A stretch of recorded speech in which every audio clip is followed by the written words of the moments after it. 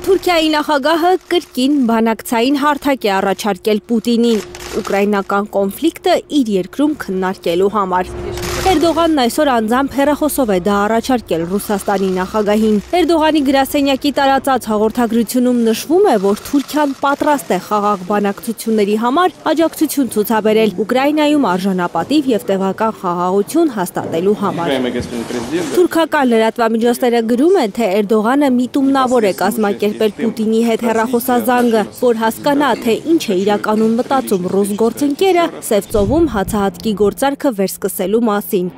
Թուրքիայի նախագահի միակ նպատակը նորից իր ջրային տարածքով հացահատիկ տարանցելն է, որից Թուրքիան միլիարդավոր դոլարների շահույթ էր ստանում։ Ռուսաստանի նախագահն էլ պատմել է Էրդողանին, թե Կիևը շարունակում է ռուսական էներգետիկ օբյեկտների վրա հարձակման փորձերը։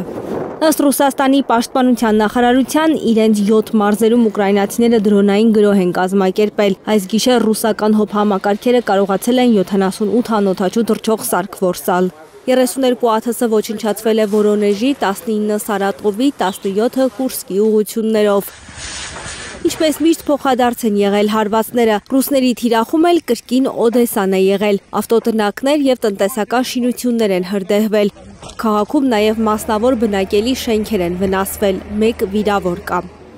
Առաջնագծի ամբողջ երկայնքով ռազմավարական նախաձեռնությունը Ռուսաստանի ձեռքում է։ Այս մասին հայտարարել է Դաշնության նախագահը Արխանգելսկ միջուկային սուզանավերի նավաստիների հետ հանդիպման ժամանակ։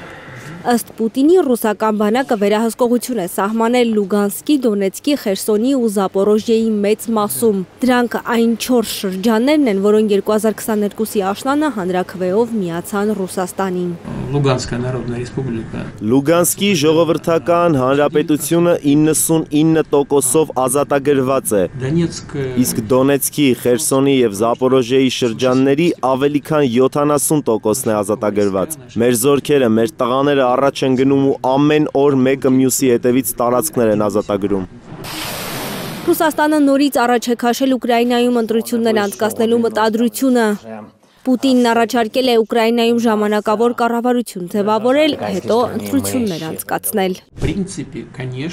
Սկզբունքորեն իհարկե հնարավոր կլինի ՄԱԿ-ի, ԱՄՆ-ի, եվրոպական երկրների եւ իհարկե մեր գործընկերների եւ ընկերների հետ քննարկել Ուկրաինայում ժամանակավոր կառավարություն ստեղծելու հնարավորությունը, որպեսզի ժողովրդավարական ընտրություններ անցկացվեն, ժողովրդի վստահությունը վայելող ընդունակ կառավարություն իշխանության գա եւ նրանց հետ հնարավոր լինի խաղաղության պայմանագրի շուրջ բանակցություններ սկսել։ Պուտինը ուզում է հրադադարի փաստաթուղթ ստորագրել Ուկրաինայի այն իշխանության հետ, որը նրա կարծիքով օրինական կլինի։ Ռուսաստանի նախագահը Զելենսկիին ոչ լեգիտիմ է համարում ու չի պատրաստվում որևէ փաստաթուղթ ստորագրել նրա հետ։ Հասմիկ Սերոբյան, Նորայր Հակոբյան, Հայլուր։